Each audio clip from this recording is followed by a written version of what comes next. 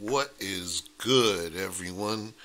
This is Quad B, formerly Bamboozled Black Baby Boomer, with another live stream. Has been a while since I've done a live stream here at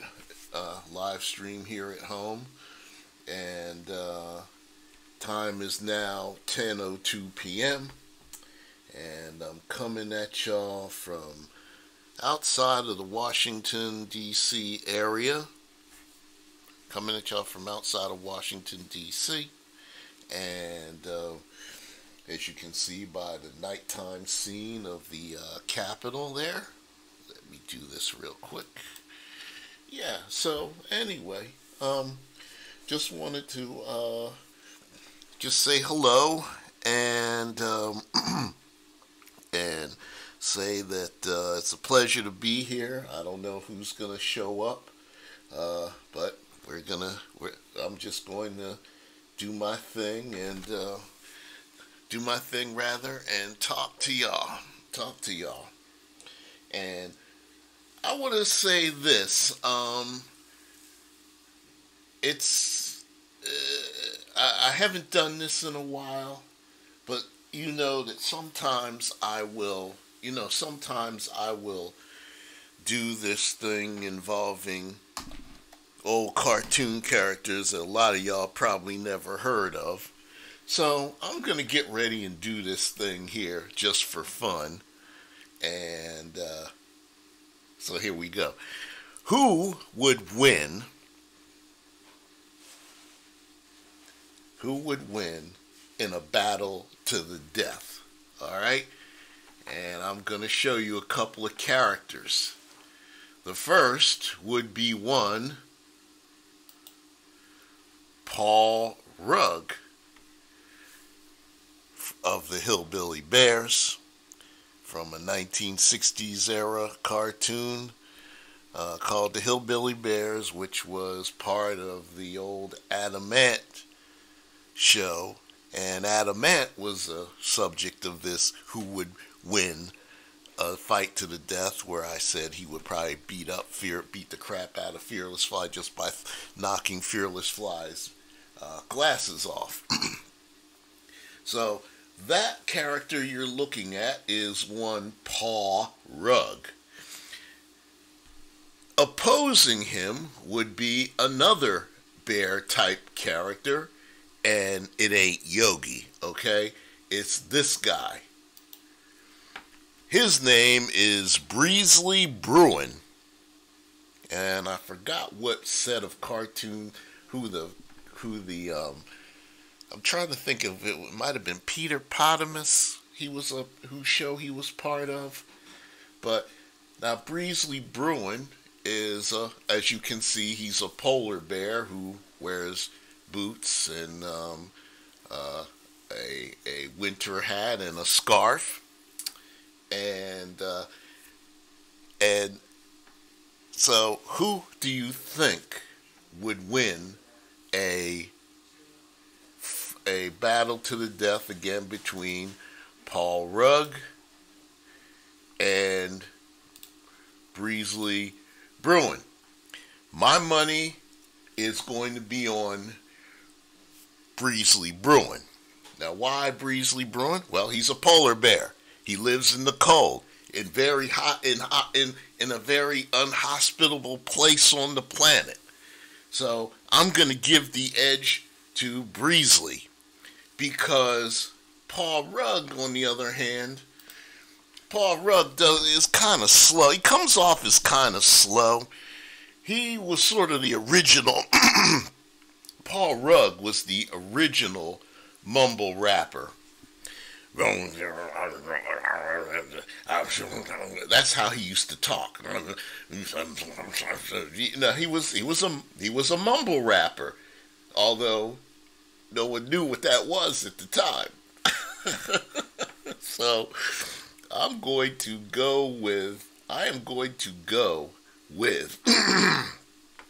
excuse me, I'm going to go with Breezly Bruin as the winner of a fight to the death between these two bears. Okay? So, we have, now that we've dispensed with that little bit of business, now that we dispensed with that little bit of business, let's get on to what I really wanted to talk about. I was listening to a stream by the infamous Angry Man tonight, and unfortunately I can't listen to his stream all the time, especially when he goes live at 5:30, 6 o'clock, because I'm going home. And unfortunately, a big chunk of my commute from the District of Columbia to here in Northern Virginia involves using the DC Metro, which goes underground. So, being that the Metro system has not yet invested in train Wi-Fi, it's kind of hard to listen to a live stream on your phone when you're going underground, especially if you're traveling in one of those tunnels that go through the Potomac River that connect, that connects those tunnels rather that connect the district with Virginia. So I usually can't listen to a stream until I get up out of the tunnel and above ground, and usually that happens. There are a few stops in Virginia underground, and then finally you emerge back to the surface, and then that's when your phone sort of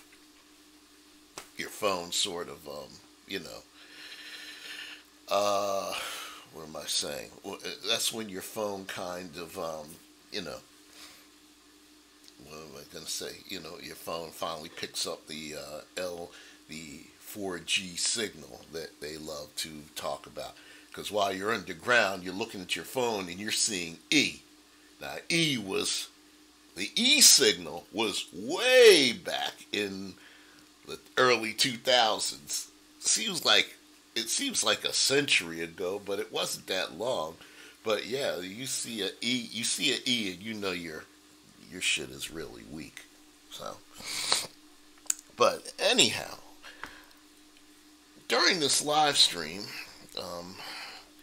Angry Man was talking about that guy Jesse Williams and the fact that he's being made to pay a whole lot of child alimony to his ex-wife, who he apparently married before he, blew up. She was the one who had the money. And there was some discussion of prenup. Should Jesse have gotten a prenup? Should she have gotten a prenup?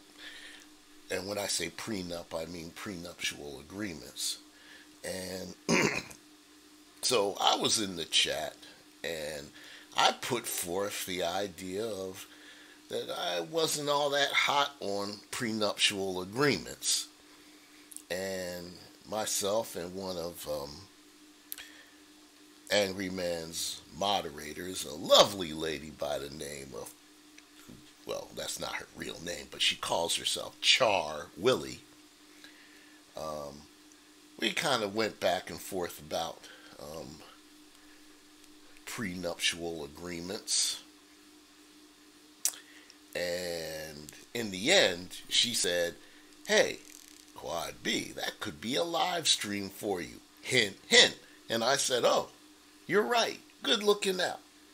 So, Char, if you're hearing this, well, first of all, if you see me live, can you come on and mod for me? Then again, I don't know. I don't really know if anybody's watching. Hold on one second. Is anybody watching? Let's see here. Let us see.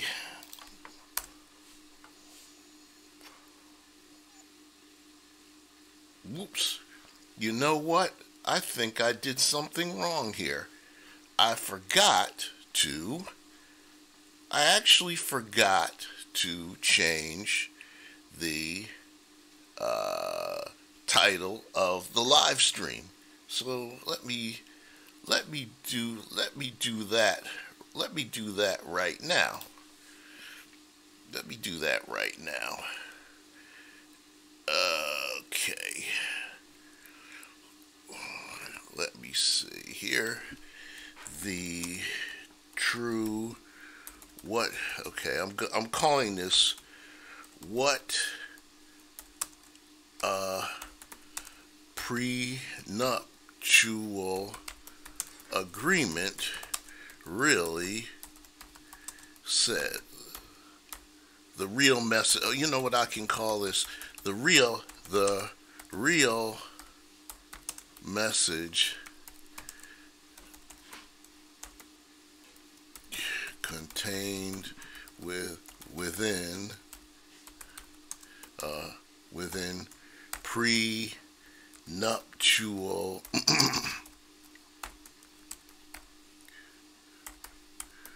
agreements. And let's get rid of all the rest of this stuff. Okay, we'll do a quick save change, and there we go. Okay, so now that we've gotten that piece of business out of the way. Let's see here. Y'all have to bear with me. I'm on OBS, and there's just a whole lot. There's a whole lot going on here. And let me see. Let me see. Live streaming. Let's see here. Bear with me. And if you see this on the upload, you could probably fast forward through all this. You could probably fast forward through all this nonsense. Okay, we're back. Okay, we are, okay, the real, of course I hit it. Okay, so we've got 2 people watching. Great. Okay. No. Mutual agreements. Okay, let's see. Let me see.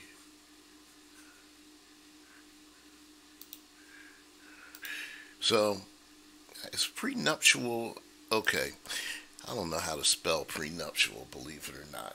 So, anyhow. Anyway, so that's what we're gonna kind of talk about. Some of y'all might not like it, so I like to think I'm going to kind of be cooking with oil tonight. Even this store brand oil. See, the store brand oil here, but it's still oil nonetheless. Pure corn oil. So I'll be cooking with some of that tonight. So I'm going to talk about this whole prenuptial agreement thing and what it really does say. And what I wanted to say about prenuptial agreements is that it really says prenuptial agreements really do have a message behind them. And the prenuptial agreement really says 4 words. And I'm going to tell you what those 4 words were. But before I do that,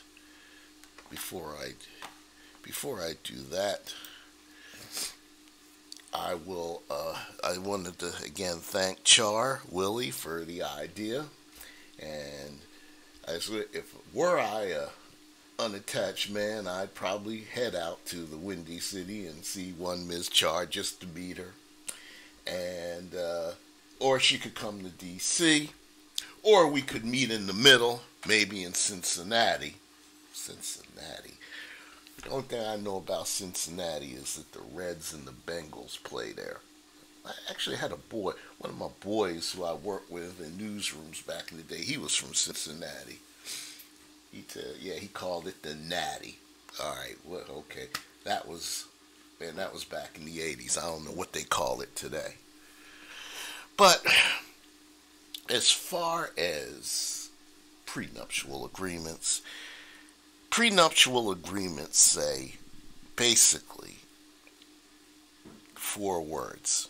And those 4 words are, I don't trust you.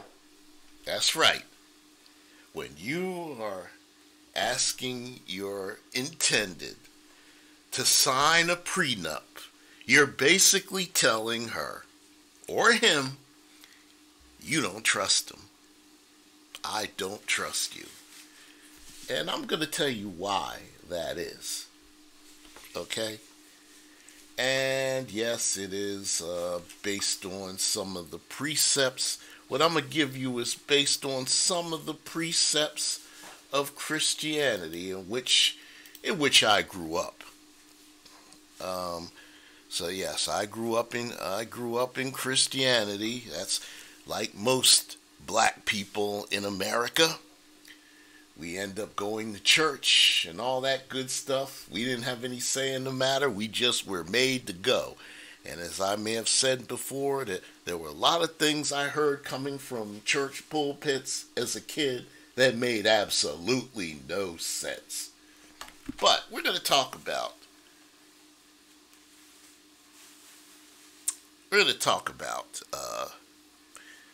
prenuptial agreements. But first, I'm going to give you this article. I'm going to show you this, where is it? Okay. Oh, here it is. I'm going to show you this here article. It's called, If You Want a Prenup, You Don't Want Marriage. I'll read it.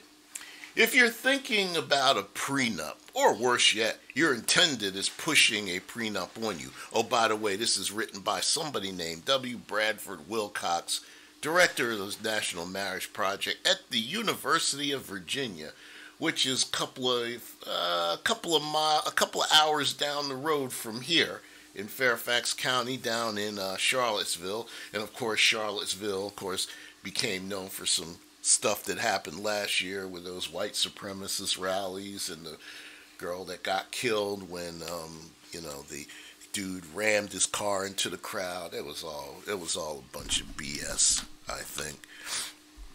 But anyway, this guy's at the University of Virginia. He's also the co-author of the new report, Not Yet, The Costs and Benefits of Delayed Marriage in America. And this was written actually in 2013. Or published in 2013, rather. So, if you're thinking about a prenup, this article says, or worse yet, your intended is pushing a prenup on you, you might as well go ahead and just cancel the wedding. There's an easier way to keep your assets and income separate. It's called cohabitation. In most states, cohabitating partners are free to walk away from their relationship with their income and assets intact without all the hassle and expense of a divorce. But if you're truly in love and wish to share your life, your body, your children, and your checkbook with your beloved until death do you part, marriage is generally the ticket. Marriage is about establishing a common life together, about putting someone else ahead of yourself, and sharing the things that mean the most to you, including your money. And paradoxically, if you take this other-centered approach to marriage, you're not only less likely to divorce, but to enjoy a happier relationship. My research, this is Wilcox's research, suggests that couples who embrace a generous orientation toward their marriage, as well as those who take a dim view of divorce, are significantly more likely to be happy in their marriages. A National Center for Family and Marriage Research study finds that couples who share joint bank accounts are less likely to get divorced. In fact, married couples who do not pool their incomes are 145% likely to end up in divorce court compared to couples who share a bank account. So the kind of partners who wish to hold something back from their spouse in a marriage, emotionally, practically, and financially, and to look out for number one instead, are more likely to end up unhappy and divorced. If that is your aim in marrying, then go ahead and get a prenup. But if you wish to experience the best that marriage has to offer,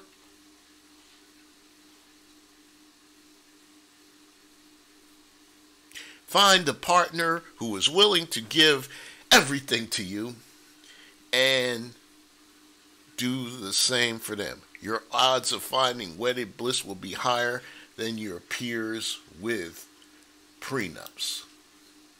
Now, that's sort of the secular view. Now, having grown up in Christianity, and nothing wrong with Christianity, by the way, as a belief system. It's just the way it's been misused over the centuries, just like other belief systems, like your Judaism and your Islam, the other two big monotheistic religions that cover this planet along with Christianity. Excuse me. Anyway, I want to say that I am of the belief that if you're looking, I agree with this guy, by the way. If you are looking for you're intended to sign a prenup, then don't even friggin' bother getting married. Don't. Because basically what you're saying to your intended is, I don't trust you. And especially in Christian marriage is supposed to be based on what's known as a covenant, which is based on trust. And let me give you a definition of the word covenant. A covenant is a formal alliance or agreement made by God with a religious community or with humanity in general. Now, a Christian marriage is supposed to mirror that alliance made by God with his community, by you and your intended marriage partner having that formal alliance, having that alliance. And it's an alliance based on trust. It's an alliance based on trust, y'all.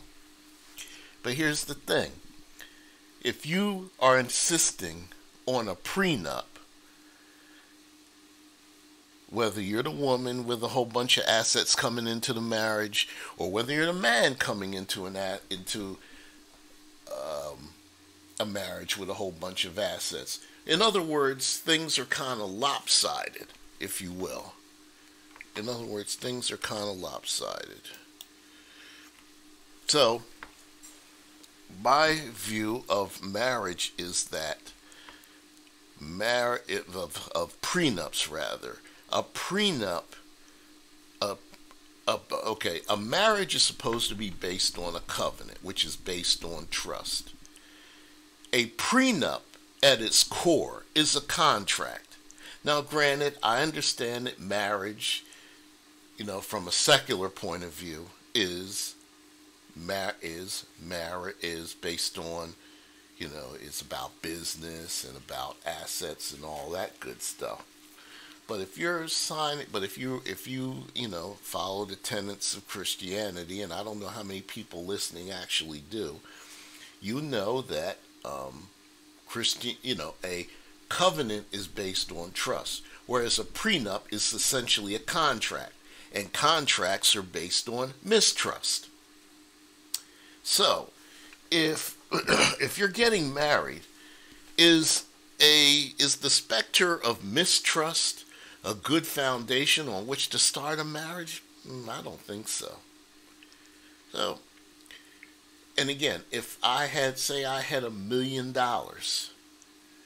if I were, okay, say if when me and Mrs. Bamboozled got married back in the mid 1980s, and I came into the marriage with $1 million, and she came with, okay, let's say 10, 20,000. Obviously, there's an imbalance, and I don't know if I don't think I would have asked her for a prenup, because I know her, and she takes her vows very seriously. She really does, and I know in this MGTOW and IBMOR community, there are a lot of men who don't trust women because women will take. They say women, will take all your assets and your children and your golf clubs and all that good crap.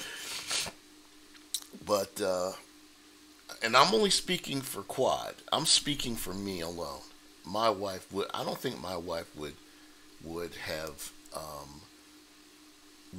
would have appreciated me putting a prenup in front of her face. And she'd have asked. She would have asked. You don't trust me? Yeah. So, hey, Char, how you doing? Prenups are needed. All right, tell me why. Why are they needed? I'm curious. I mean, I have an idea of why, but I want to hear. I trust you when you're smiling. So, okay, Char, let me ask you this again. If you and some dude were getting married, you were coming into it with less assets than him, far less assets, and he shoved a prenup into your face, you'd be willing to sign it? And if in the event you split up, you would still be left with not much? I'm just curious to hear that. Yes. You would sign a prenup? Okay. Okay. All right. Well, there's always room for differences of opinion here. I wanted to hear some more. But like I said, my thing is that, yeah. I think that basically, if you put a prenup in front of your intended, that's pretty much saying, well, there's a good chance we'll divorce. Now again, if you are, looking at marriage from the Christian perspective, where they say till death do you part, you gotta go with that. Do death, I've had some stuff happen in my marriage where I've asked my wife, like, well, why are you so nice to, you could have left, and you could have done this, and you could have done that, and you could have kicked me to the curb. And she looked at me and she said, this ain't about you. This is about my vow to God. So she takes that real seriously. More seriously than a lot of women probably would. So, oh, Char, thank you very much for the live stream idea. See, here I am. See, I think Char would be a great editor for like a magazine or a newspaper or something, because you know how people talk about things, and then someone will say, you know what, you ought to do a story or do a column or do a video or whatever. And this was Char's idea, because I was just throwing this out, and she said, do a live stream, and I'm like, cool, I will. Thank you. So, but no, I think a lot of women would be, hey, Clips, how you doing? I think a lot of women probably would be offended if you shoved a prenup in their faces, and I think that would be an appropriate a response. Like she said, like that, this woman would say, you don't trust me. And trust is everything, as you know, trust in a marriage is everything. Staying tough, King Quad. Oh man, I wish I was a king. I'm the king. I'm the king of this little area right here, this little space in this apartment complex. Bouncing between you're live and Kevin Samuel stream. Great. Yeah, I know a lot of folks are live tonight for some reason.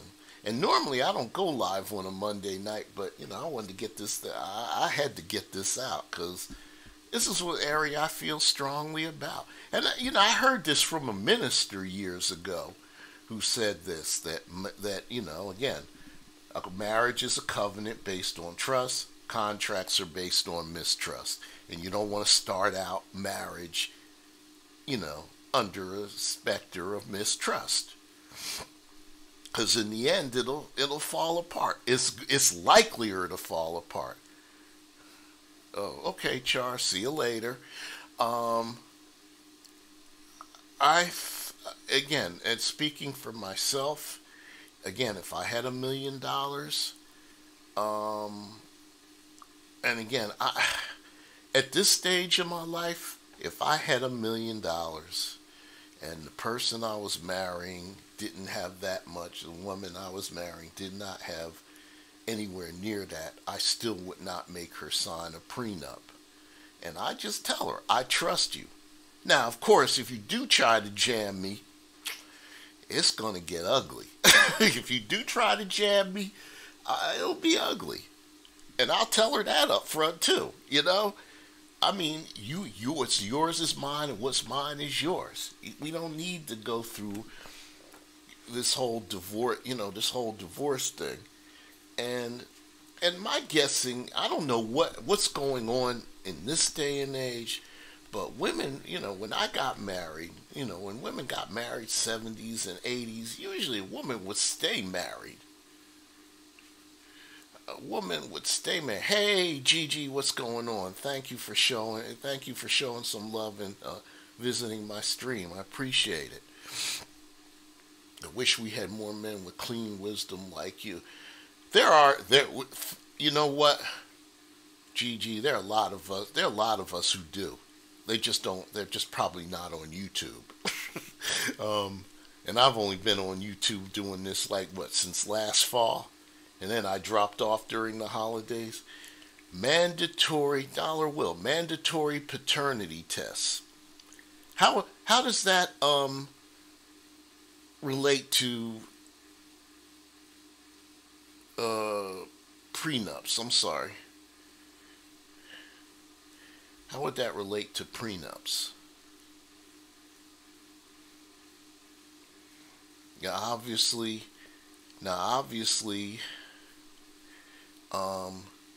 if there's some, he said it doesn't. Okay. Well,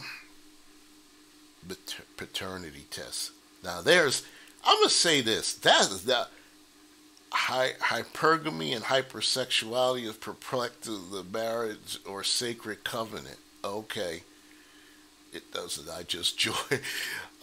Mandatory paternity tests. I'll say this much.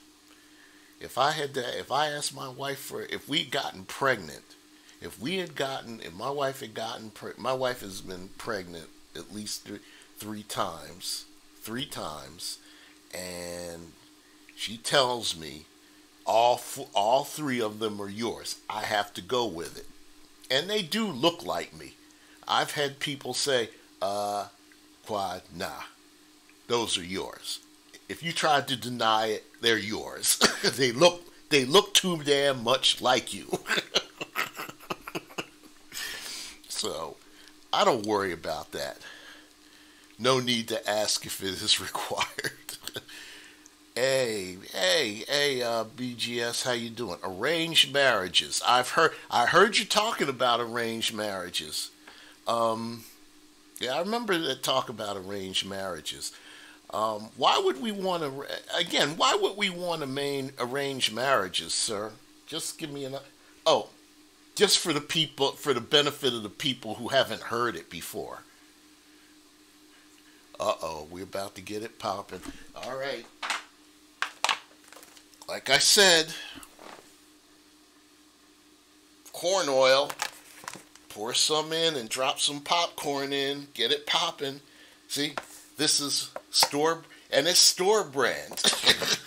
It's cooked. We're gonna be cooking. Arranged marriages have a 7% divorce rate. And what I understand you saying, BGS, was that marriage at one time had strictly defined gender roles. And over time, the marriage has devolved into a partnership with all kinds of negotiations. And somehow, marriage has become the divorce rate has gone sky high. That's what I recall you saying. But as you know, we're talking about prenups. And would anybody here be offended if they were about to be married and their intended shoved a prenup in their face, say maybe a month or 2 or 3 before the actual wedding or the actual ceremony? Would anybody here, or the other on the flip side, would anybody shove a prenup into their, present a prenup to their intended? Hey, Zero, what's going on? Wow, we got some people in here. I'm surprised. Nope, help them amend it. Prenups. Dollar Will said prenups should be mandatory. Drop a link. How do I drop a link in this? I'm trying to figure out how to. I'd have to go. I'd have to come out of this OBS and I'd have to come out of OBS and go into Google Hangouts. Yeah, you're right. I can't. So I'll say, well, how's about we do this then? I'm good. Quad B, YouTube's favorite dad.